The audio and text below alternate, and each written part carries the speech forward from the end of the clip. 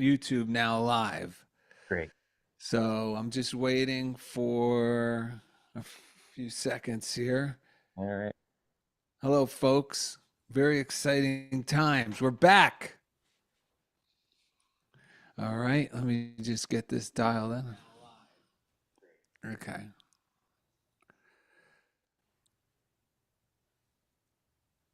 All right, I don't need to see this. Okay, so I'm going to record and then I'm going to start the show. Sounds good. Okay.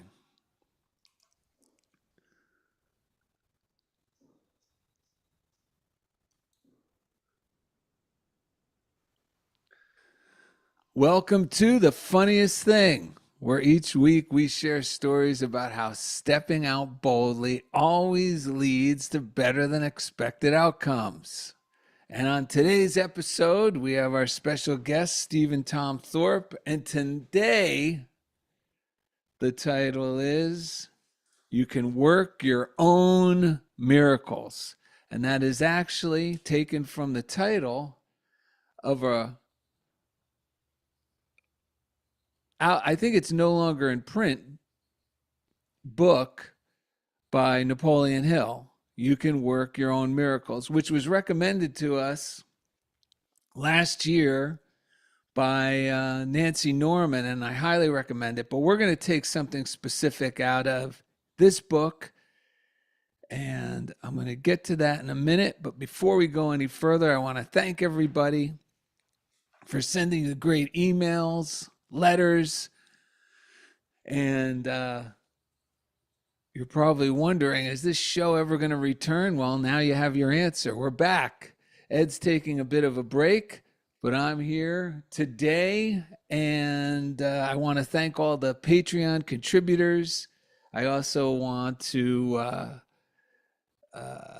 say if you'd like to mail us something, it's very easy. You can send us actual snail mail to Funniest Thing at P.O. Box 1312, P.O. Box 1312, Culver City, California 90232. So that's Funniest Thing, P.O. Box 1312, Culver City, California 90232. Or you can send us an email at darylanded@gmail.com or through the contact page on our website, which is darylanded.com. So today's description is You Can Work Your Own Miracles with Stephen Tom Thorpe. Gratitude instantly makes you a vibrational match with your divine inheritance. Gratitude instantly makes us a vibrational match with our divine inheritance. On today's episode, we explore the greatest discovery for all of mankind, that our consciousness creates our reality and we can work our own miracles. The title of this episode is from a book by Napoleon Hill. In it, he clearly describes the 3 mental steps combining thanksgiving and faith that, when practiced, set off a chain reaction of miracles in our lives. And Stephen Tom Thorpe joins us to share how he's experienced miracles of success by applying these simple steps. And today's reading is going to be anticipation. So just to start things off, I'm going to read the chapter that inspired this episode. Like I said, this book is well worth it. You could probably still find them used through Amazon. That's how I got my copy. And we're going to talk a little bit about how the subconscious mind works. And here's the facts, folks. You cannot entirely control your subconscious mind, but you can voluntarily influence it to act upon any desire, plan, or purpose which you may wish translated into concrete form. The subconscious, and here's the kicker, the subconscious never remains idle. If you neglect to keep it busy with desires of your own choice, it will feed upon the thoughts inspired by your environment, especially those associated with the things you do not want, the things you fear or dislike. Whether you recognize it or not, you are living daily in the midst of all sorts of thought impulses which are reaching your subconscious mind without your knowledge. And we're talking about there's thoughts we have in our own mind, old memories, regrets, or catastrophizing things in the future. And it's also talking about things we see online that are upsetting, things we hear in the news, something maybe a neighbor said, something we heard when we're sitting in a business meeting.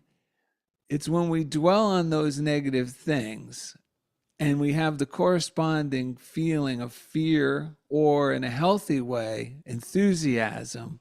That's the thoughts, or those are the thoughts that influence our subconscious.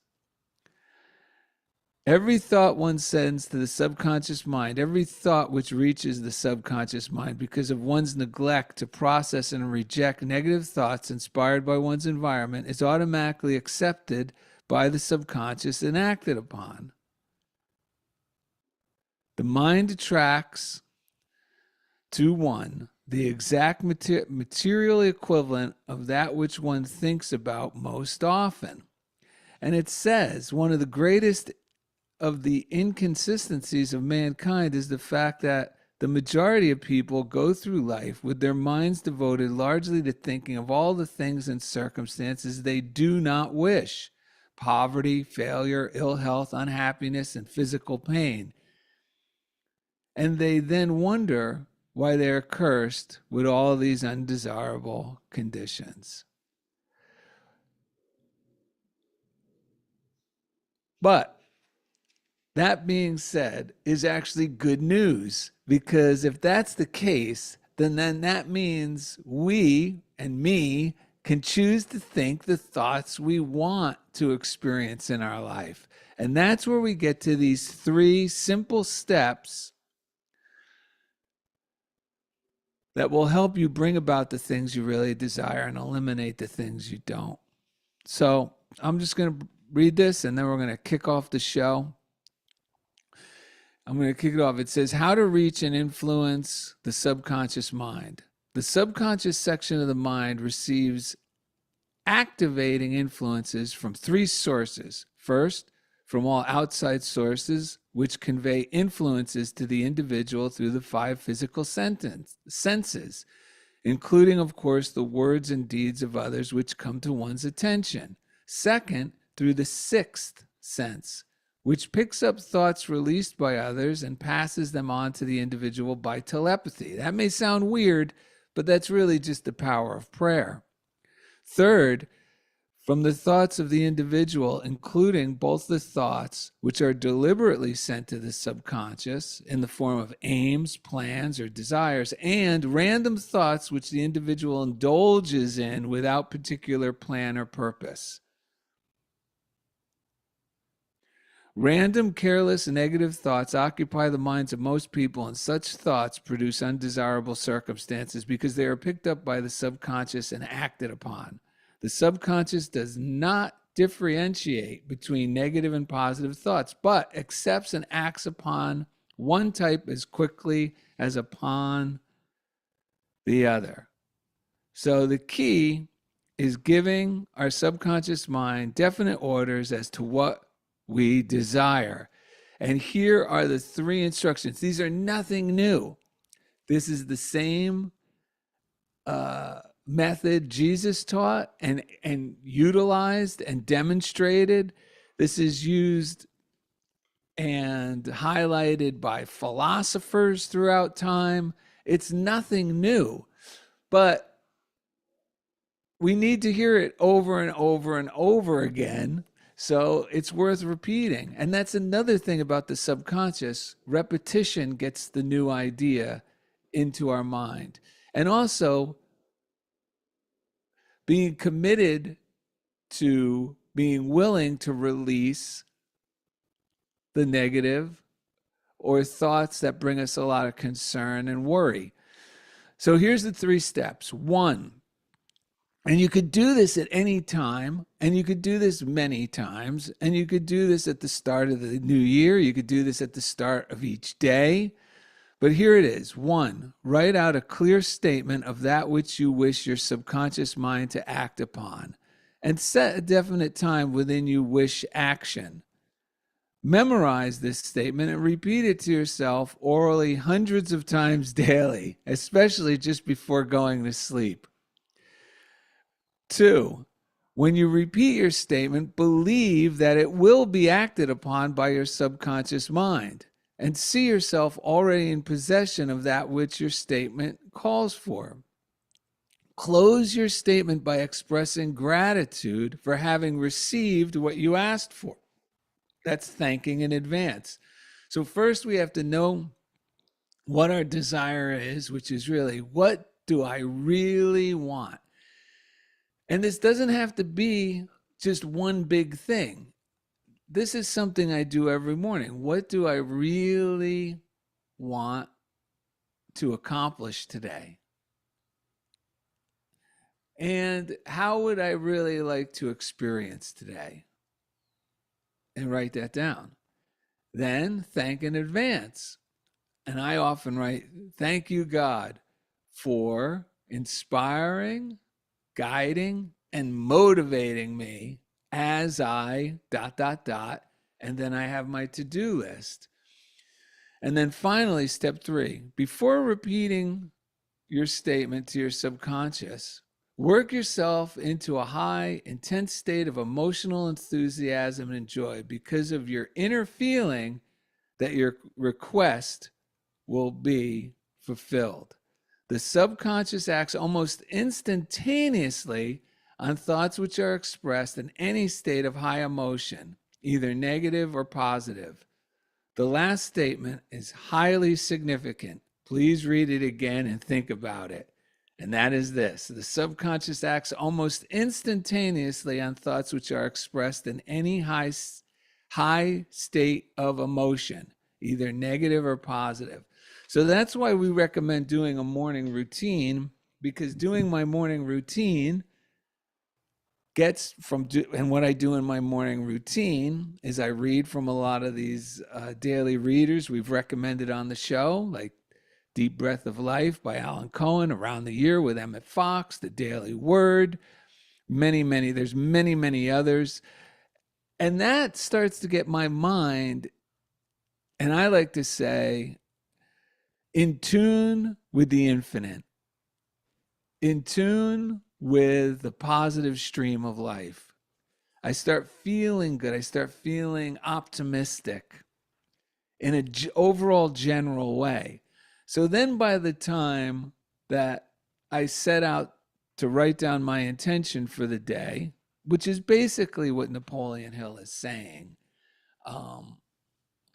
my mind is already ready to accept it, and more importantly, believe it and expect it.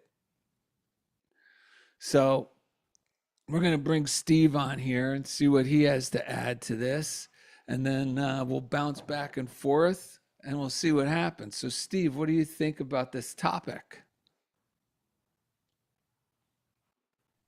Let's see if my mic, okay, it looks like my mic is on. Can you hear me? Great. Well, I was debating whether I should read. Yeah, I'll read, you know what? No, I want to read this. What you talked about earlier, I read from a daily reader called A Day at a Time. Sorry, it's reversed, but No, it's a new day. I'm sorry, A New Day. And the subtitle, that's not just that's like for everyone. Meditations for personal and spiritual growth. Yes, thank you. And going along with what you were reading from Napoleon Hill and what you were sharing, about what you do every morning, and I do the same thing. I try to follow in your footsteps, and what all these other authors suggest doing, and what they have done is beginning each day and setting the intention, and basically beginning each day on the right foot. And today's reading just so happened to go perfectly with what you wrote in the description and what you just read. And I highlighted the second portion of the reading. And it goes, for some of us, the inability to make important decisions is the result of our unwillingness to take responsibility.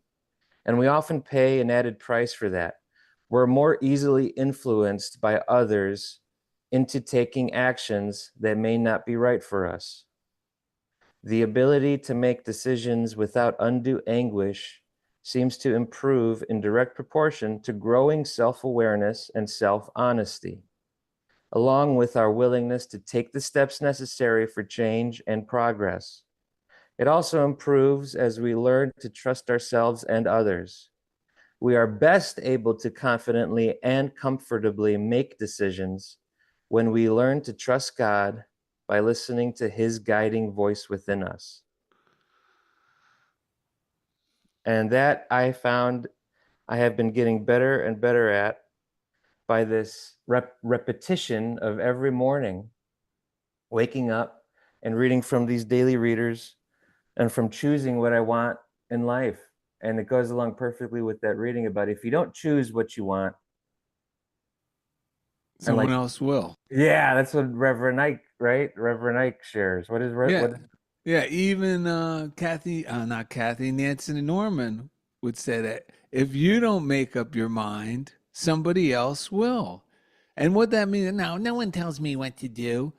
Listen, folks, I could say that too, but watch how your mood changes when you scroll through Instagram or YouTube and you click on something that looks salacious, you know, the little headline, and you kind of get like, I know I do, this Me weird too. sense of, Seasick. yeah, but before that, there's this weird sense of curiosity, almost like listening to gossip. It's like a negative thing. And I'll Yeah. click on it. And afterwards, I'm like, ah. And what's happened is whatever was in that video started to change my mind, because now instead of just thinking about my surroundings, where I am about to eat my lunch, and how wonderful my life really is in that moment, now I'm thinking about people I don't even know, somewhere I'm not even at, and I'm getting emotionally entangled with the ideas that were presented. And 99% of the time, they're not good ideas.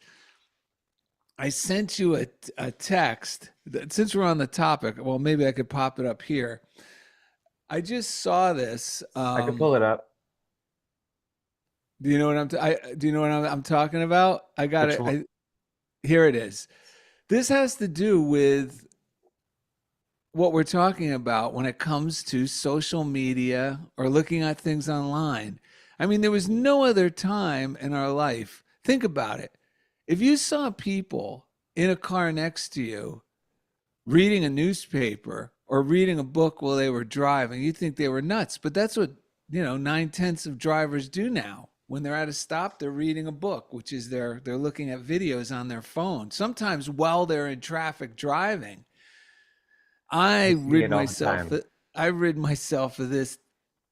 I intentionally put my phone like in the little phone thing where it kind of, there's no way I could read it unless I have to reach, grab it, and it's got a cable on it, and it just prevents me from doing that. But this is what it says. It says, and this is talking about social media. The attention economy doesn't just want your attention. It wants to change your behavior, shape your decisions, and even manipulate your emotions. Social media platforms are designed to hijack your mind. And that's from Tristan Harris, co founder of the Center for Humane Technology. Here's another quote: every time you check your phone in company, that means when you're with other people, what you gain is a hit of stimulation, a neurochemical shot. And what you lose is what a friend, teacher, parent, lover, or coworker just said, meant, and felt. And that's from Professor Sherry Turkle. So it just goes to show that it's important to mind our minds. It doesn't sound like fun, but the great thing is, we're talking about focusing on having a positive, optimistic, faith-filled attitude towards your desires being accomplished. And people go, wow, what's that? Just be optimistic, Pollyanna. Well, listen, I'll tell you this. When you expect great things to happen, you're less likely to act out of fear. Think about that. And acting out of fear is the birthplace of all character defects. So when we're expecting great things to happen, things coming together instead of falling apart, we're less likely to act out of fear, we're less controlling, and then magic really happens. Yeah, and then we're free to act on those inspired nudges, those joyful feelings. Oh, and also to act on the warnings, the little warnings that we feel, I shouldn't do that. Yeah, we can heed those gentle warnings instead of overriding them because we're hung up in the emotions caused by things we heard, read, seen, or we're anticipating in a negative way. And today's reading is anticipation, but it's anticipating good. And Yeah. another definition I love of faith: joyful expectancy. And this actually creates good fortune. I have a reading here from Alan Cohen, A Deep Breath of Life. This is from November 26th. And it says, I do not seek good fortune. I am good fortune. And that's the quote by Walt Whitman. On an episode of Northern Exposure, the character Shelley received a chain letter telling her that if she mailed the letter on to a friend within 3 days, she would enjoy unprecedented good luck. Believing the prophecy, she copied the letter and mailed it at the local post office. To Shelley's delight, this is after bringing it to the post office and dropping it off. All manner of good things befell her, and many blessings she desired came true. She felt deeply grateful that the good fortune of the chain letter came her way. A week later, when Shelley returned to the post office, the clerk held up her letter and informed her that he did not mail it because she needed more postage. Shelley's jaw dropped when she realized that the letter was not the source of her good luck. She admitted, I guess we are in charge of our own lives. And then Alan Cohen adds, there is no force outside you that can determine what happens to you, but there is a very potent force inside you that sets the stage for every event you experience. Luck is not a capricious gift that whimsically falls into our lap. It's a force we activate with our thoughts, feelings, attitude, words, and actions. At this very moment, you have everything you need to set into motion a chain of events that will change your life forever. I claim my power to generate my good. Thank you, God, for allowing me to co-create miracles with you. Let I call all of my good to me now. It is done to me as I believe it. So when we're about to do things, the best advice is to imagine ourselves doing them successfully. It sounds so simple, right? And cheap. Yes. but it's the Well, most powerful thing we can do. And then we get inspired when we do that. We get the right answers when we need them for whatever it is we're working on or working towards. And then the footwork is delightful work.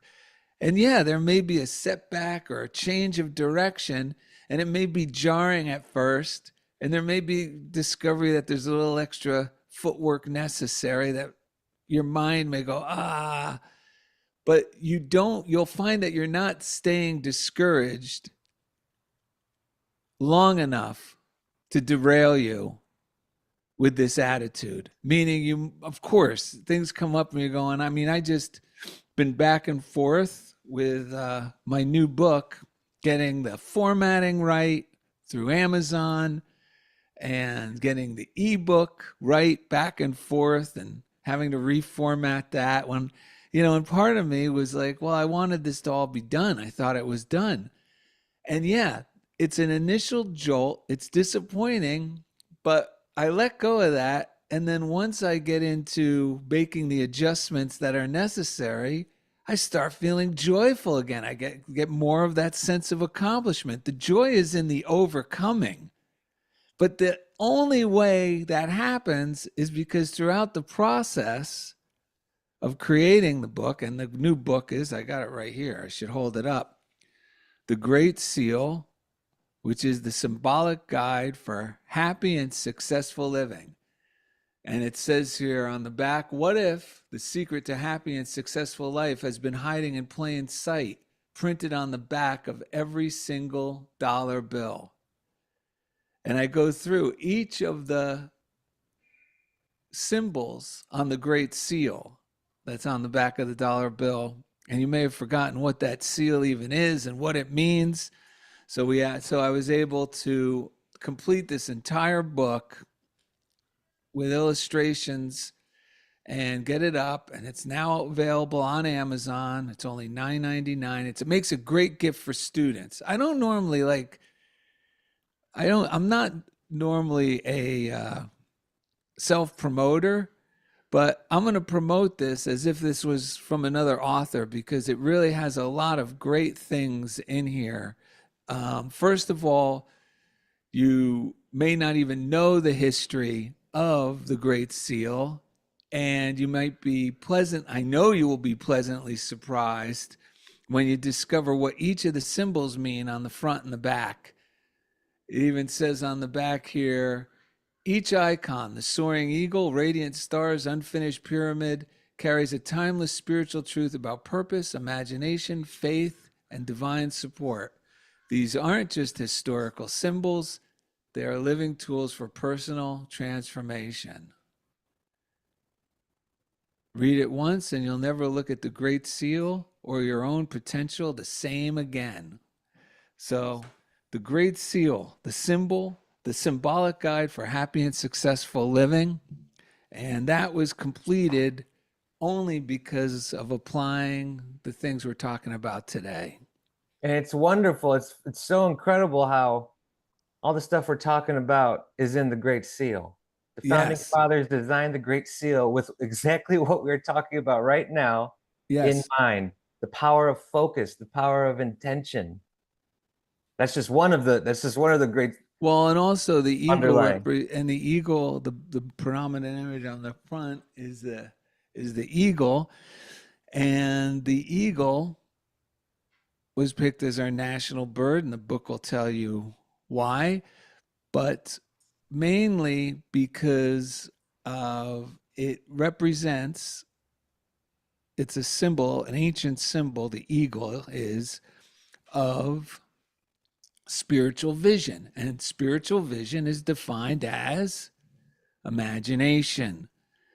And right off the bat, it refers to imagination is everything. And it talks about in the book. And the book is purposely short because this is for, many people may not be reluctant to want to read a lengthy,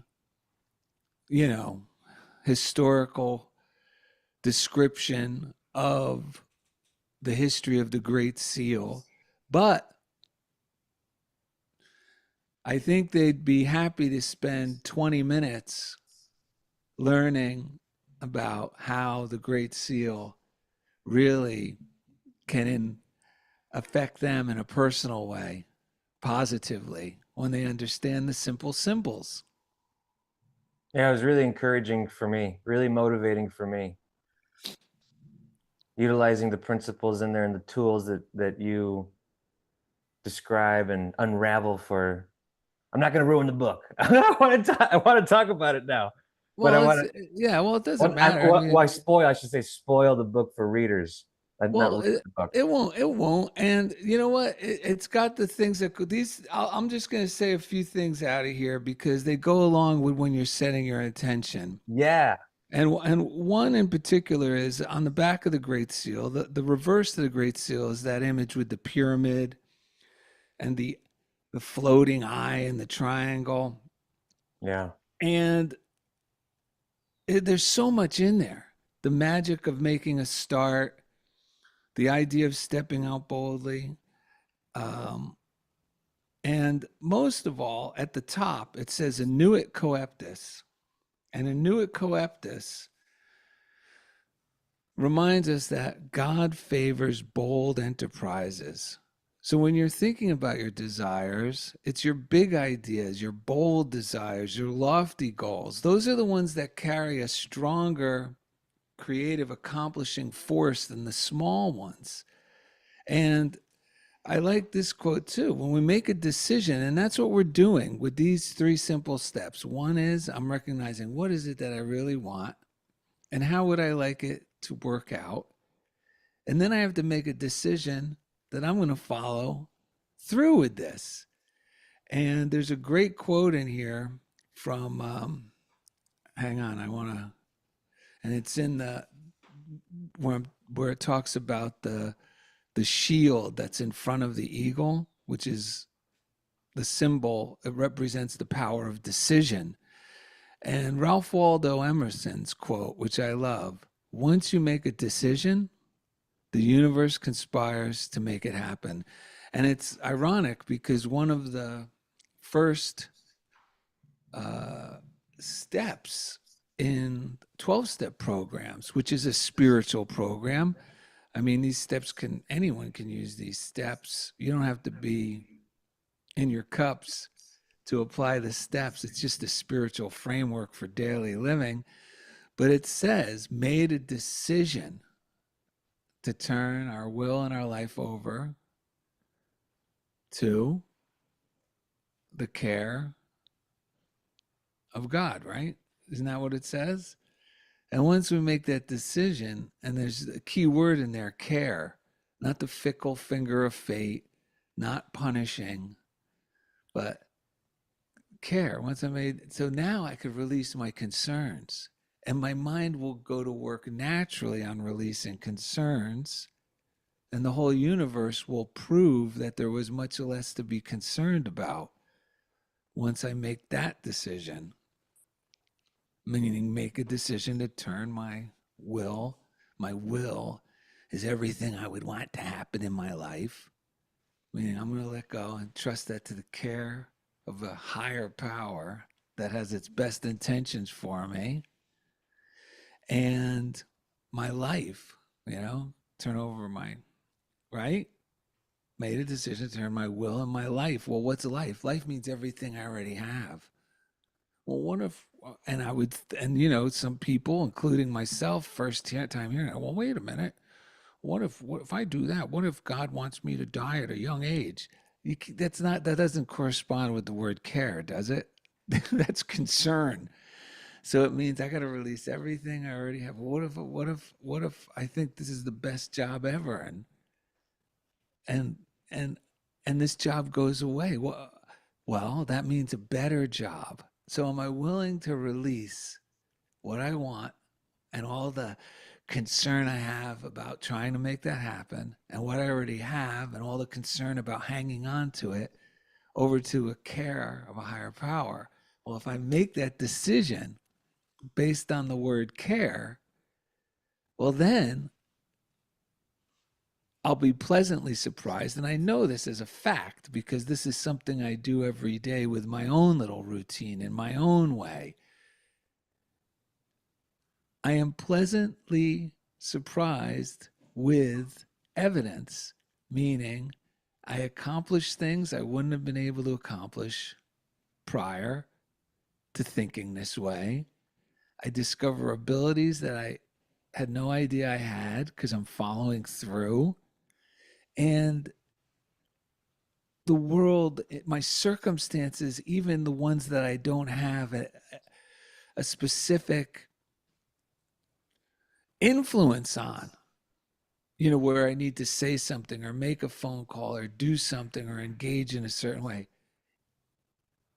even with strangers, that it all seems to prove itself. Everything improves based on this decision. And the same thing with deciding to do the book. I was like, I decided to do the book. And then I get excited. And then there's the problem with, now I'm not so excited because there's work involved. But by doing this every day, looking at my list, the enthusiasm wakes back up. And the things that we desire to do, the follow through is there. We're just reluctant anytime I lack follow through. Is just I'm reluctant because of fear and concern about it not coming out perfect or what are people going to think. Yeah. I think this is a perfect tie-in for the reading of Anticipation. Good. Throw it in. This is from an anonymous author. Anticipation.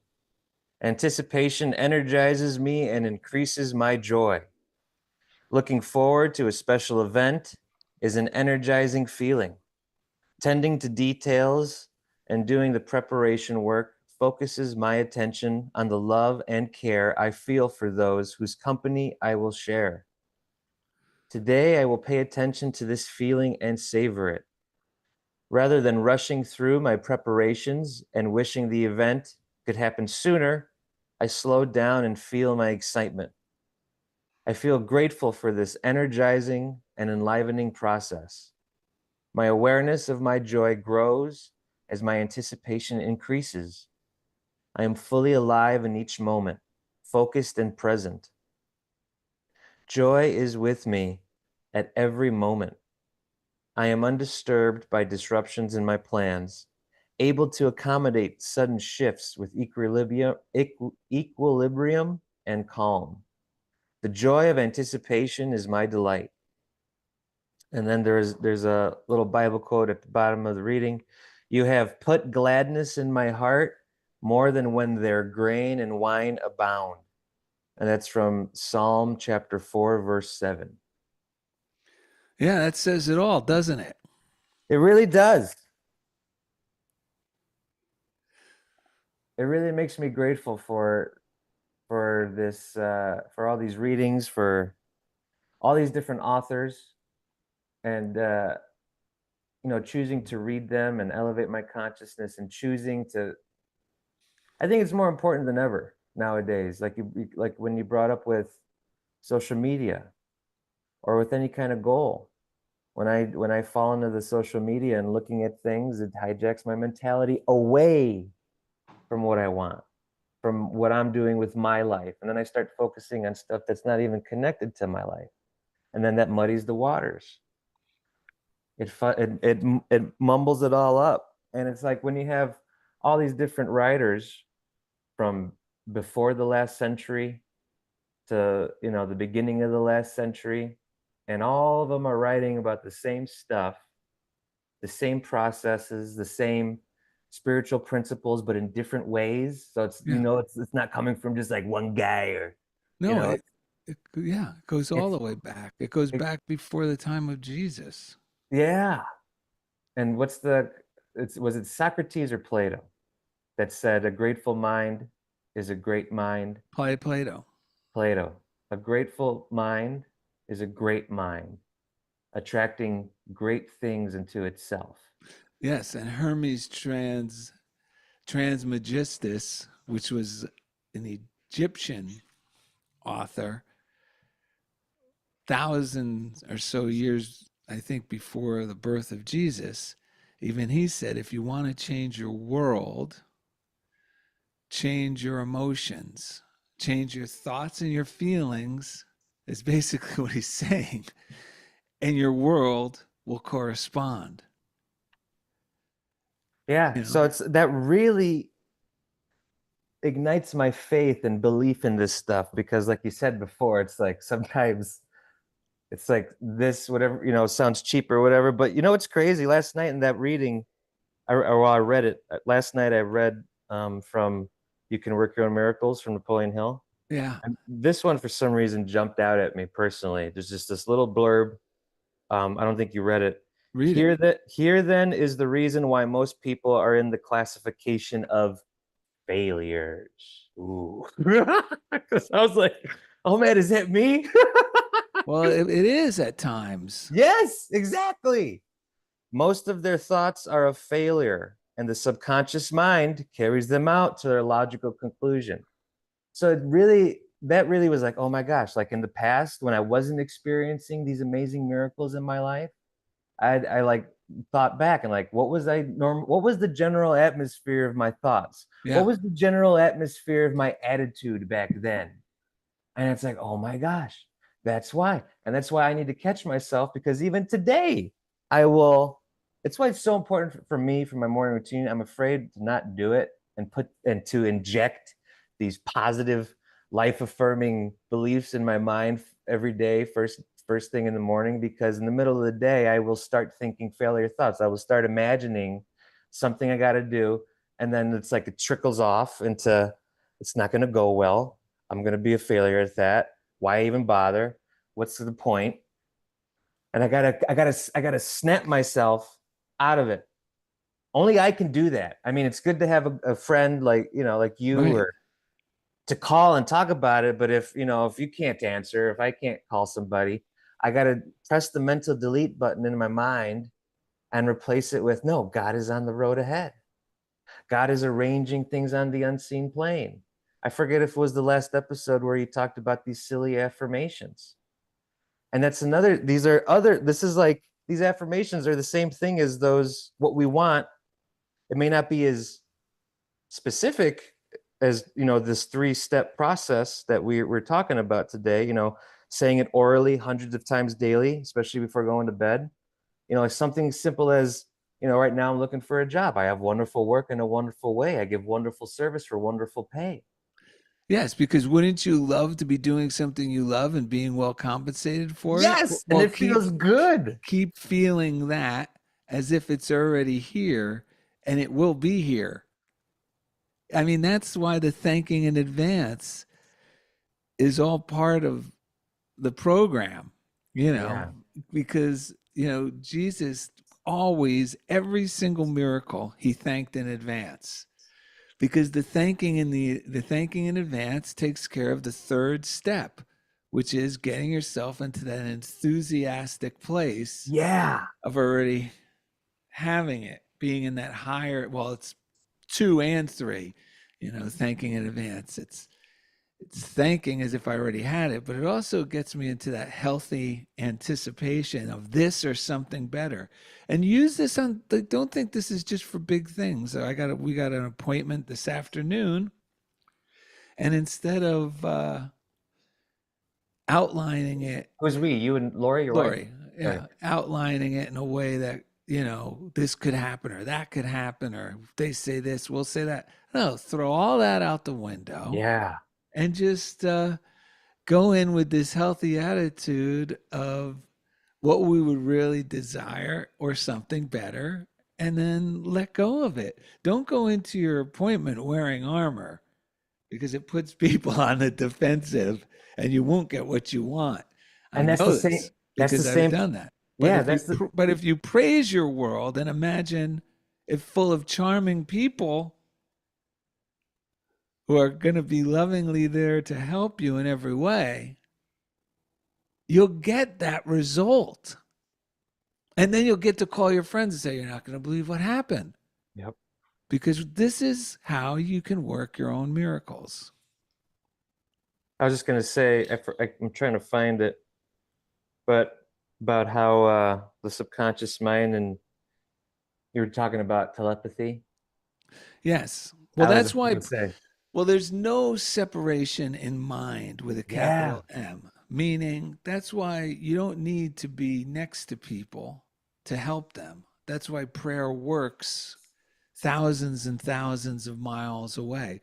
Or, there's even exercises people say. A lot of these teachers, if you want to play around with this, just to prove it to yourself, one morning when you're doing your morning routine, imagine somebody, and you're going to see this. You probably are aware of it, and you probably said, "Oh my God, I was just thinking about you," and you called, or "Oh my goodness, I was just thinking about you, and here you are at the coffee yeah, shop," or "Oh my God, I didn't know.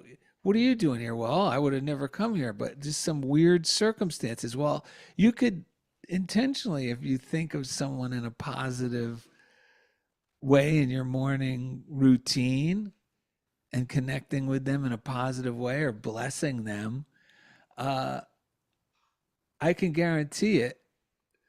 Within 24 hours, you're going to hear from that person and it's going to be pleasant. But then again, just like this says with the subconscious mind, which is connected to the collective unconscious, as they say, and that's why the whole universe seems to go into action on our behalf when we make a decision.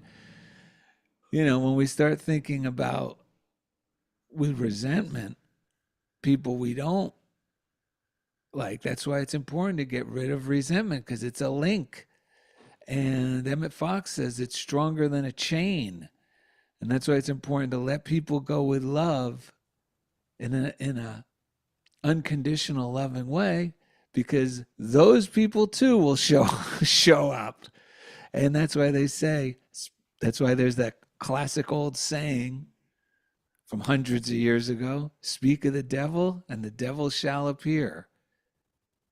So we're really connected and we really do work our own miracles. And that's why it's best to keep the loving, faithful, harmonious state of mind and not let our mind get hijacked by the news, social media, gossiping, resentments. So hopefully this episode has inspired some of you. I just want to say one more quick thing. Yeah, we got time. Oh, okay.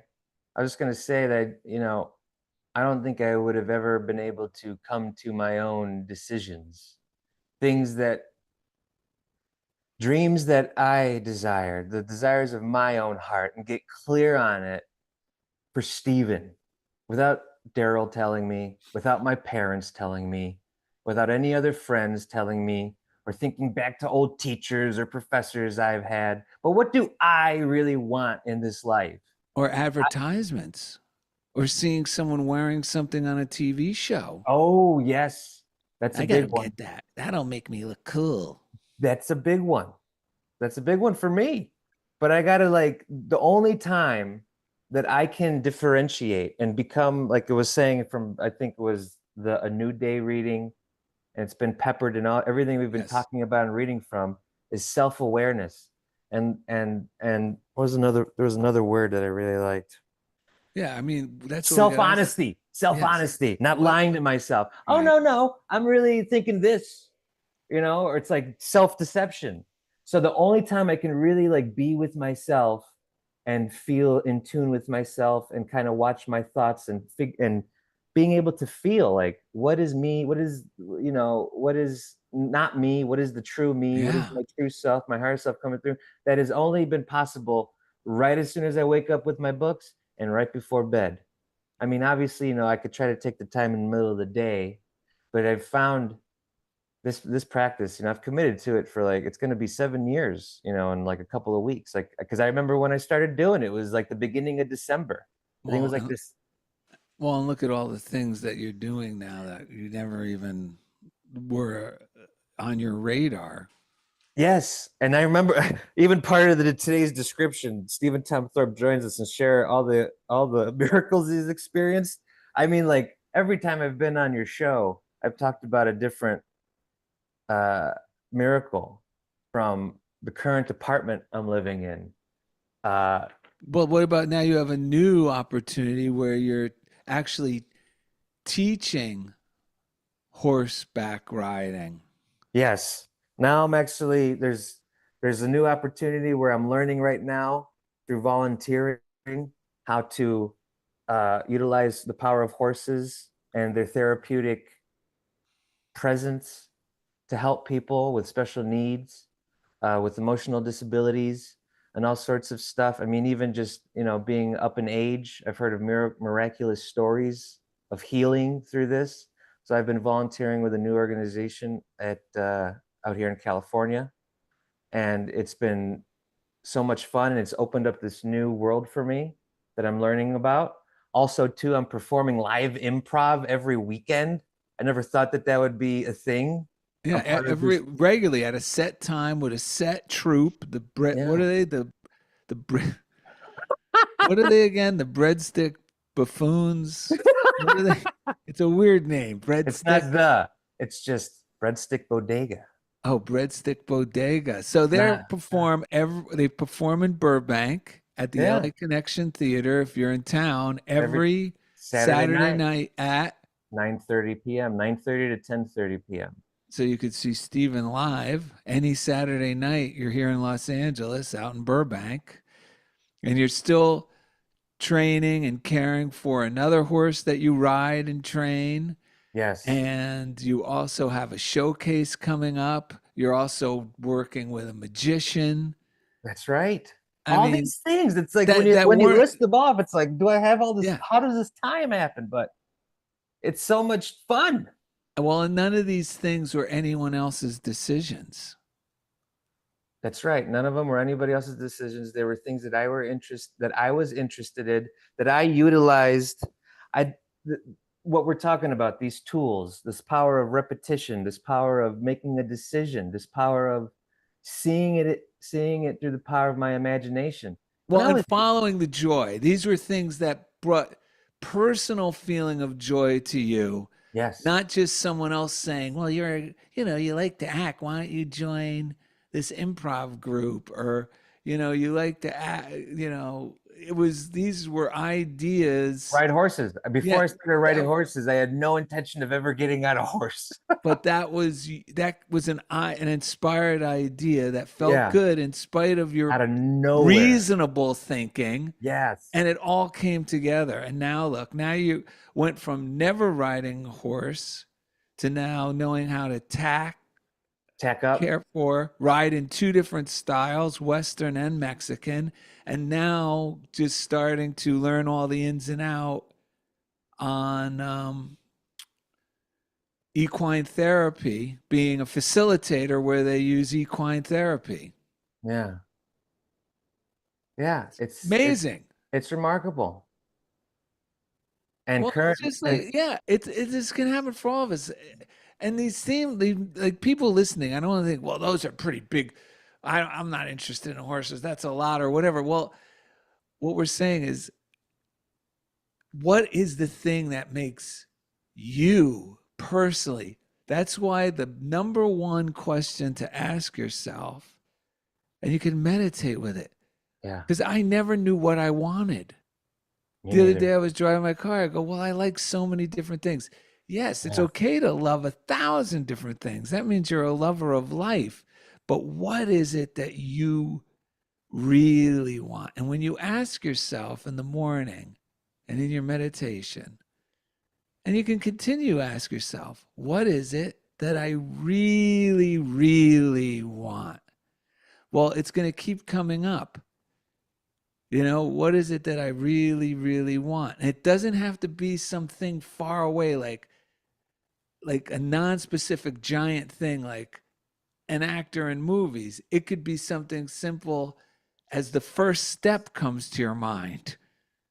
I really would like to see about that improv workshop that they have at the YMCA here, or that they have at this convention center every week, or they have at the senior facility.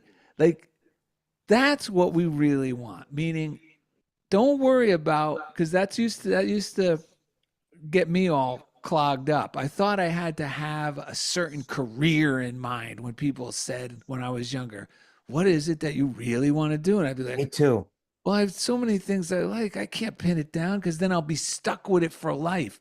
Well, none of Yeah. these things are for life. And we're just saying, if you know what it is and the answer will come. Like, I didn't know 2 years ago that I would really want to write a book on either the Statue of Liberty or even the Great Seal. It wasn't even in my brain as even anything. But by doing these, I found out A, it was something that I was in me to do, and I had a thoroughly good time doing it. And now that it's done, I'm excited now. It's like a gift that's out there for people. Like now it's surrendered to the audience. And now I'm wondering what's the next thing. And I'm already starting on turning the Create Your Best Life Through Journaling into an actual workbook or book. Oh, And the workshop. yeah, and presenting more of those workshops. That's the new thing that came to me the past few days as I was wrapping up with the Great Seal with the formatting. So, do you have anything else, Stephen? I guess I really appreciate your style of teaching and your writing and your workshops because yeah, before I started trying to apply what you've been sharing with me, I didn't know it was this easy or possible to get creative, to be creative, to create things. Before I met you, all I really knew was how to copy people. And Oh, so thank it's, you. yeah. Thank you. And you know, it's funny because I forget and I, we tend to not, we tend to dismiss ourselves, which is a defect of character, folks. Self-condemnation is not God's will for you. And I met Kim, a woman who had taken the Create Your Best Life class. What was it?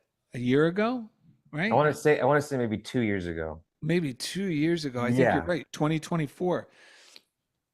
So she and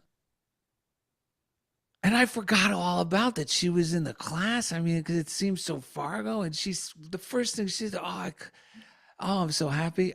I still, I have my new book. I haven't stopped using the journal in the way I share, the way I use it."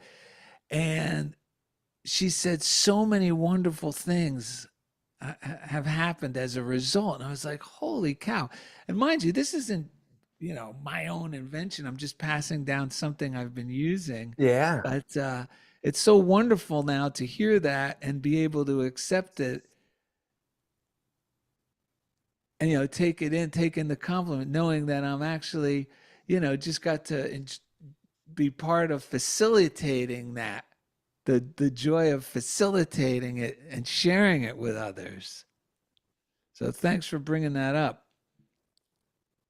Yeah, that's about it. This is a fun show. All right. Well, we normally have a joke for our guest, but I couldn't really find any good specific jokes where I could plug your name in. But I got two good actor jokes.